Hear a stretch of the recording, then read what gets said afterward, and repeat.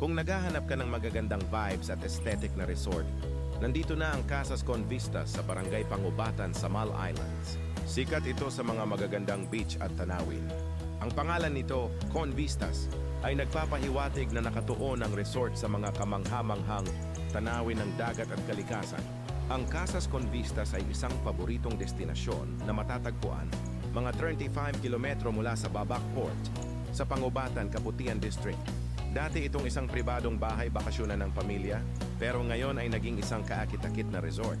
Nagsimula ito bilang isang tahimik na retreat para sa mga kaibigan na gustong makasama ang kalikasan at ang beach nang walang masyadong tao.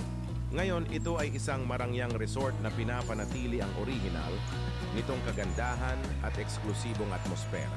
Para makapunta sa mga resort sa Samal Island, kakailanganin mong sumakay ng bangka mula sa Davao City. Maraming mga water activities dito tulad ng crystal kayak at paddle boarding. Maari kang mag-day tour. Ang kanilang day tour ay 1,000 pesos kasama na ang 500 pesos na consumable para sa pagkain at inumin.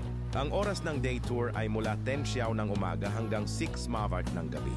May swimming pool din na pwede mong gamitin pero may karagdagang bayad. Kung nais mo namang mag-overnight stay, maraming mga kwarto ang available. Mainam na humiling ng particular na kwarto o villa na may balcony na, may tanawin ng dagat o sunset dahil ang vista ay nagmumungkahi ng magandang tanawin, ngunit maaaring mag-iba ito depende sa kwarto. Libre ang paggamit ng mga amenities tulad ng open cabana, umbrella cottage at full access sa kanilang garden. Ano pang hinihintay mo, tara na sa city? Garden of Samal Island.